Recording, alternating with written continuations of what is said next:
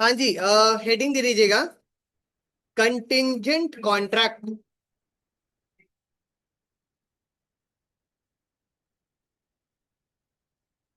और इसके अंदर जो सेक्शन है आपके 31 से लेकर 36 तक के सेक्शन इसमें कवर होंगे।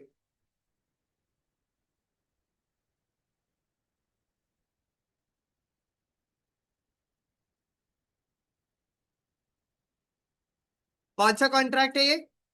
कंटिंजेंट। अब मेरी बात सुनिएगा, कंटिंजेंट कॉन्ट्रैक्ट का मतलब क्या होता है? ये ऐसे कॉन्ट्रैक्ट्स होते हैं जो किसी और इवेंट के ऊपर बेस्ड हो। किस पर बेस्ड हो? किसी और इवेंट पर। जैसे अगर फॉर एग्जाम्पल एक्स जो है वो वाई को बोलता है कि मैं आपको 100 kg गुड्स के सेल करूंगा 5 लाख रुपए के। अगर वो शिप आ जाती है तो जिससे सामान आ रहा है, वापस से मैंने आपको क्या बोला, एक्स ने वाई को क्या बोला, वो उसको 100 kg के गुड्स सेल कर देगा। अगर वो शिप आ जाएगी तो क्या उसने अपने गुड्स को सेल करना एक इवेंट के ऊपर बेस्ड करा? किसके ऊपर? शिप के आने पे ना आने पर बेस्ड करा। अगर शिप आ गई तो सामान देना पड़ेगा, और शिप नहीं आई तो नहीं देना पड़ेगा। ऐसे कॉन्ट्रैक्ट्स को हम क्या बोलते हैं? कंटिंजेंट कॉन्ट्रैक्ट बोलते हैं। क्या बोलते हैं? कंटिंजेंट, जो किसी और इवेंट पर बेस्ड है। एक और एग्जांपल लेते हैं। सपोज एक्स ने वाई को बोला कि वो से एक न्यू कार परचेज कर लेगा। क्या कर लेगा? न्यू कार परचेज कर लेगा। अगर वो अपनी ओल्ड कार सेल कर पाता है तो इसका क्या मतलब, उसने क्या करा?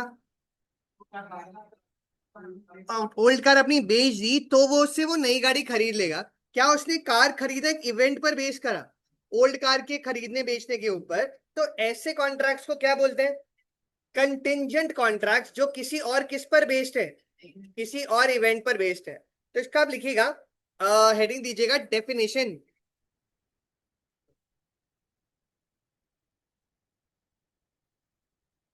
अच्छा, कोई मुझे बताए इसका क्या मतलब हुआ?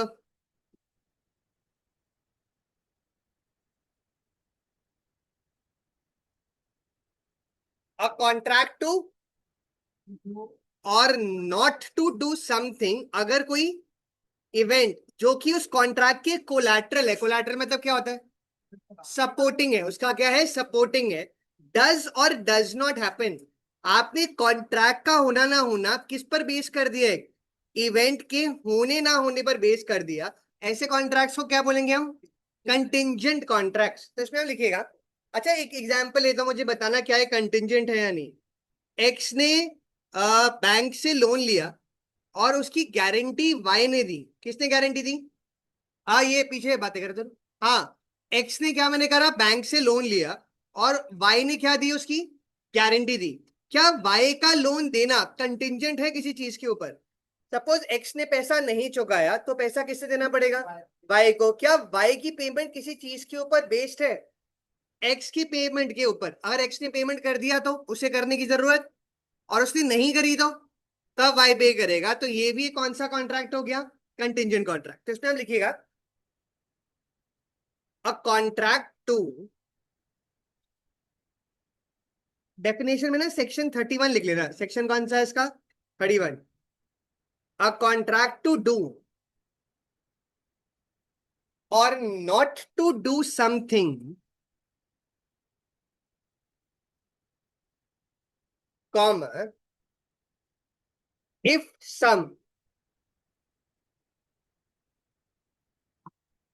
Event, if some event collateral. Collateral word का मतलब क्या होता है? Supporting. Collateral to such contract does और डज नॉट हैपन।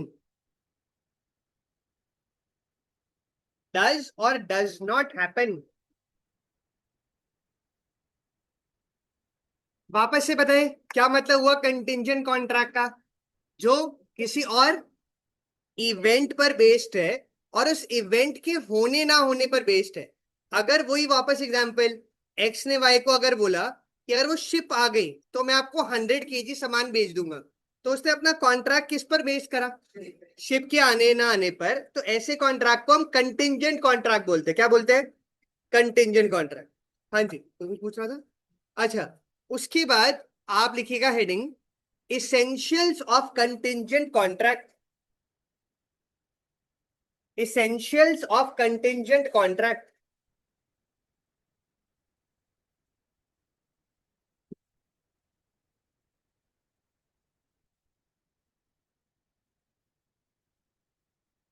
हाँ जी। अच्छा देखिए, इसमें वो क्या बोल रहे हैं, कंटिंजेंट कॉन्ट्रैक्ट की परफॉर्मेंस क्या है, डिपेंडेंट अपॉन क्या है, देखो, हैपनिंग और non happening of some event. ये कॉन्ट्रैक्ट का होना ना होना किस पर डिपेंडेंट है, एक इवेंट के ऊपर है। अच्छा, कोई मुझे एग्जांपल पढ़ के बताए, क्या ये कंटिंजेंट है या ये वेजरिंग है, क्या है ये वेजरिंग है? पक्का पढ़ के बताओ और ध्यान से। हाँ, वेजरिंग है। क्या बोला ये ने, promise to pay B 50,000 to B if it rains on the first of the next month. क्या वेजरिंग है? क्यों वेजरिंग है, क्यों नहीं है? हाँ, वो बी उसको कुछ वापस थोड़ी दे रहा है। हमने क्या बोला था, वेजरिंग में दोनों पार्टीज का जीतने हारने का चांस होना चाहिए। इसमें ऐसा थोड़ी कुछ हो रहा है। इसमें पेमेंट किस पर डिपेंड कर दी, रेन के ऊपर डिपेंडेंट कर दी। तो ये कौन सा कॉन्ट्रैक्ट है, कंटेंजेंट। तो इसमें हम लिखिएगा, ए पॉइंट में लिखिएगा, the performance of the performance of contingent contract depends on the happening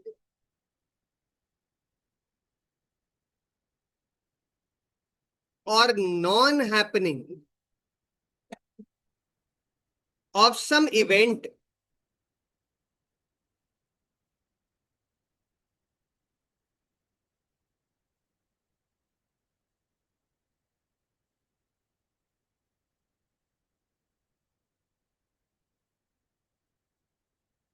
and the condition may be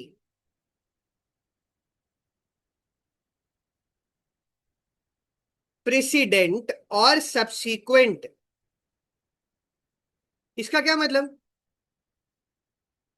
वो इवेंट क्या हो सकता है, पहले या फिर बाद का भी हो सकता है। और एग्जाम्पल लिख दीजिएगा।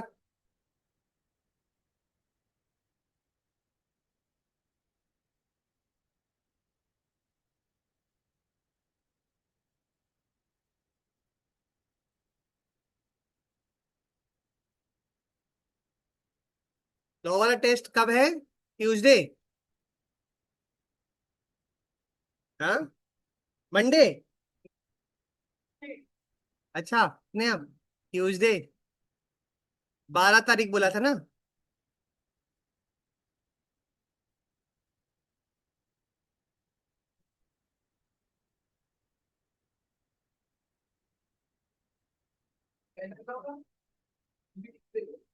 और किस, हाँ हाँ हाँ, तो कब से बता रखा है।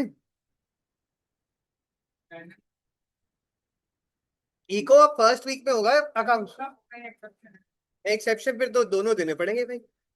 अब सर एक्सेप्शन क्रिएट कर रहे हैं तो एक्सेप्शन तो फिर एक्सेप्शन होती है। हाँ हाँ जी।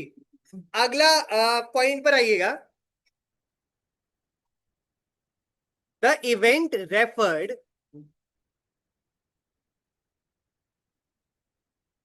is collateral to the contract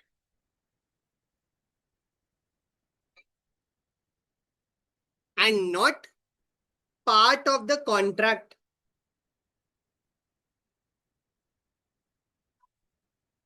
and not part of the contract। अच्छा मेरी बात सुनिएगा, एक एग्जांपल लेते हैं। एक्स ने वाई को बोला कि मैं आपको 100 बैग्स ऑफ वीट सेल करूंगा। क्या सेल करूंगा, 100 बैग्स ऑफ वीट सेल करूंगा, फॉर एग्जाम्पल 5 लाख रुपए का, कितने का। और वाई ने बोला इसकी पेमेंट मैं आपको 15 दिन के बाद कर दूंगा। कितने दिन के बाद? क्या ये कंटेंजेंट है? क्या किसी इवेंट पर बेस करा है कॉन्ट्रैक्ट को? नहीं, पर अगर ये बोला होता कि अगर फॉर एग्जाम्पल मेरे पास ये सामान एक शिप से 15 तारीख तक आ जाएगा तो बेचूंगा, तो तब आपने एक इवेंट पर बेस करा। इस केस में आपने किसी इवेंट पर बेस करा ही नहीं था, तो वो कोई कंटिंजेंट कॉन्ट्रैक्ट नहीं है। ये एग्जाम्पल पढ़ के बताएं क्या लिखा है।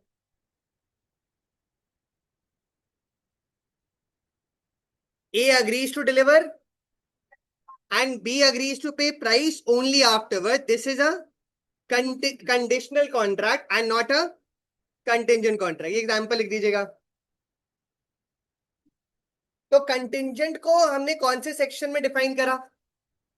सेक्शन 31 के अंदर। और उसके एसेंशियल्स में अभी तक दो पॉइंट आए हैं। पहला कि वो कॉन्ट्रैक्ट एक इवेंट पर डिपेंडेंट है, और दूसरा वो इवेंट कॉन्ट्रैक्ट के हमेशा क्या होना चाहिए? कोलैटरल होना चाहिए। कोलैटरल मतलब क्या होता है? सपोर्टिंग। ये एग्जाम्पल लिख दीजिएगा।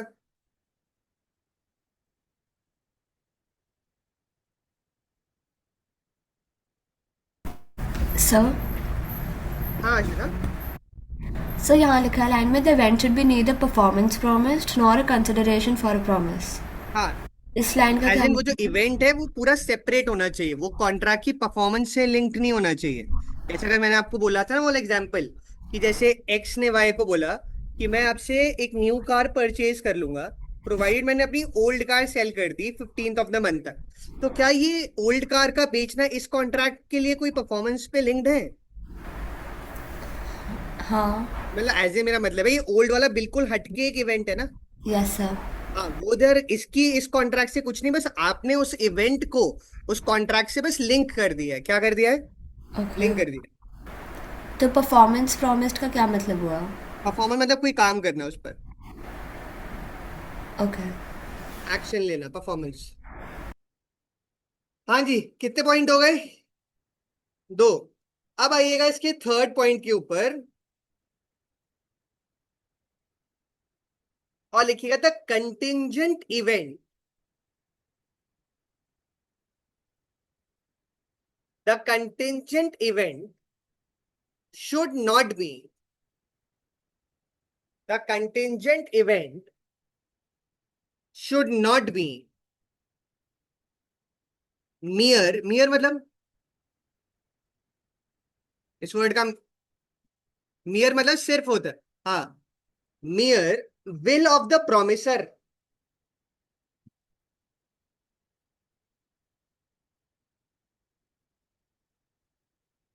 अच्छा, दो एग्जाम्पल ले रहा हूं, आप मुझे बताना इसमें से कंटिंजेंट कौन सा होगा। एक्स ने वाई को बोला कि मैं आपको 100 kg ऑफ राइस बेच दूंगा, और वाई ने बोला मेरा पेमेंट करने का मन करा तो कर दूंगा। ठीक है, क्या ये कंटिंजेंट है? क्या ये कॉन्ट्रैक्ट है? मन करा तो कर दूंगा। पर अगर सपोज करते हैं एक्स ने बोला वाई को कि मैं अगर 10th ऑफ द मंथ को मुंबई आ गया, कहां पर आ गया? मुंबई पहुंच गया, तो मैं आपको 100 kg ऑफ राइस बेच दूंगा 5 लाख रुपए का। आप बताओ क्यों कंटिंजेंट? पर मुंबई जाना भी तो उसकी मर्जी है। हाँ, लिखा गया हमने पॉइंट में, the contingent event should not be, मतलब ये भी तो मर्जी है कि मुंबई जा रहा है, ये भी मर्जी है। क्यों वो कंटिंजेंट है, ये कंटिंजेंट नहीं है? क्या मर्जी के साथ साथ कोई और एक्शन भी है? क्या एक्शन? हाँ। हाँ, उसने विल के साथ साथ कुछ ना कुछ एक्शन लेने की बात भी करी है कि वो मुंबई पहुंचेगा। अगर मुंबई पहुंच गया तो उसको देना पड़ेगा, मुंबई नहीं पहुंचा तो नहीं देना पड़ेगा। एग्जाम्पल 2 पढ़ के बताइएगा, दोनों चाहे आप पढ़ सकते हैं इसे। क्या लिखा है एग्जाम्पल 1 में, पहले बताएं। ए ने क्या बोला बी को? कितने रुपए देगा? इफ ही चूजेस टू, मतलब अगर उसका मन करा, it is not a, in fact it is not a contract. क्यों? उसका मन करा नहीं करा ये कोई सर्टेन बात थोड़ी कर रहा है वो। और दूसरे एग्जाम्पल में क्या है? ए प्रोमिसेस टू पे 1 lakh if A left Delhi for Mumbai on a particular day, it is a, क्योंकि मुंबई जाना उसने एक इवेंट बेस्ड कर दिया। क्या बेस्ड कर दिया?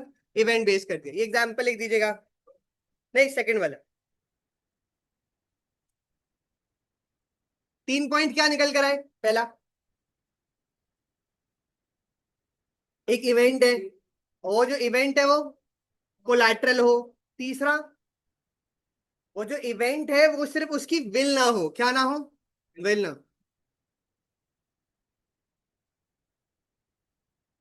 ये 7 मार्क का आया था एग्जाम में। डिफाइन कंटिंजेंट और उसके एसेंशियल्स। आज बहुत कम बच्चे दिख रहे हैं टेस्ट की। वही भाई। और एक चैप्टर के टेस्ट में तो डर गए। पर अभी तो कुछ ट्रैफिक जैम में फंसे हुए होंगे।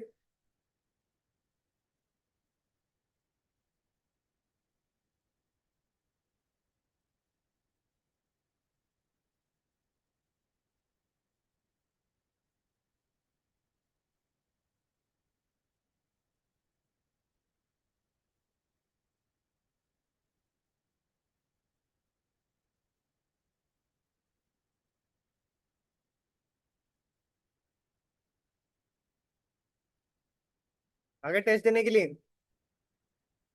रहेगा। कितने पॉइंट हो गए? 3।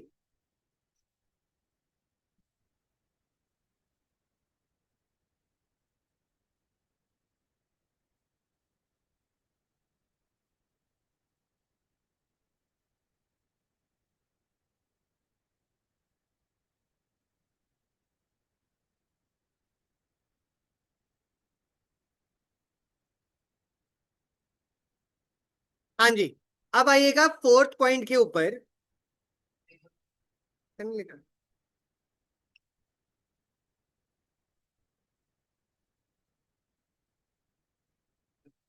क्या? हाँ जी। फोर्थ पॉइंट पर आइएगा और इसमें लिखिएगा the event must be uncertain. The event must be uncertain.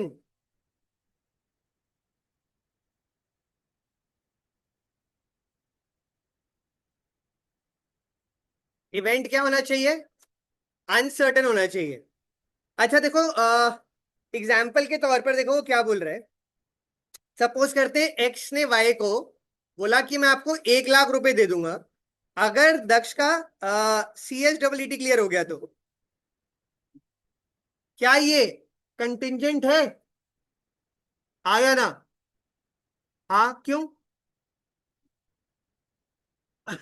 सभी अनसर्टन बोल रहे भाई, हाँ। सर्टन नहीं है उसका पास होना। अरे हाँ। तो ये बात अनसर्टन है नहीं है वैसे? अच्छा, अब एक और बात सपोज करें, अब एक और एग्जांपल। एक्स ने वाई को बोला, ये एग्जांपल ही देखना। A agreed to sell is क्या लिखा? Agriculture land to B after obtaining permission from the collector. क्या बोला उसने? मैं आपको अपना एग्रीकल्चर लैंड सेल कर दूंगा अगर परमिशन किसने दे दिया? कलेक्टर ने परमिशन दे दिया। ये क्या किसी इवेंट पर बेस्ड करा? किस इवेंट के ऊपर? कलेक्टर के हाँ ना बोलने में। As a matter of course the permission was generally granted. क्या मतलब? हमेशा परमिशन मिली जाती थी। क्या ये कंटिंजेंट हुआ? पर अगर कलेक्टर कभी अप्रूवल देता था कभी नहीं देता था तो तब वो कंटिंजेंट हो जाएगा, क्योंकि उस केस के अंदर वो इवेंट फिर क्या हो जाएगा? अनसर्टन हो जाएगा। अगर इवेंट सर्टन है तो कंटिंजेंट हुआ या नहीं हुआ? नहीं, आपका हमेशा इवेंट क्या होना चाहिए? अनसर्टन। तभी वो एक कौन सा कॉन्ट्रैक्ट होता है? Contingent contract. ये एग्जांपल एक जगह इंपॉर्टेंट है। हेडिंग थी इवेंट मस्ट बी अनसर्टन। नहीं, बस एग्जांपल। कितने पॉइंट हो गए अभी? 4। और ये पूरा 7 मार्कर आया था आपके एग्जाम में अभी तक का जितना लिखा है। हाँ।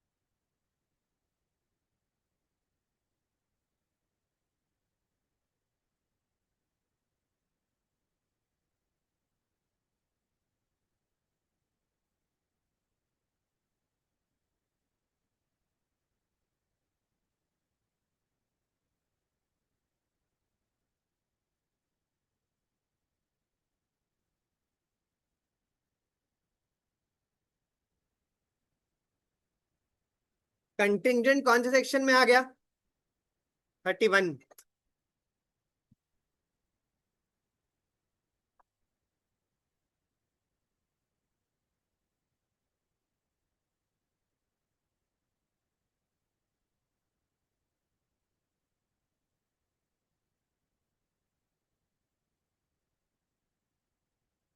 बट टेस्ट थोड़ा मुश्किल बनाएंगे।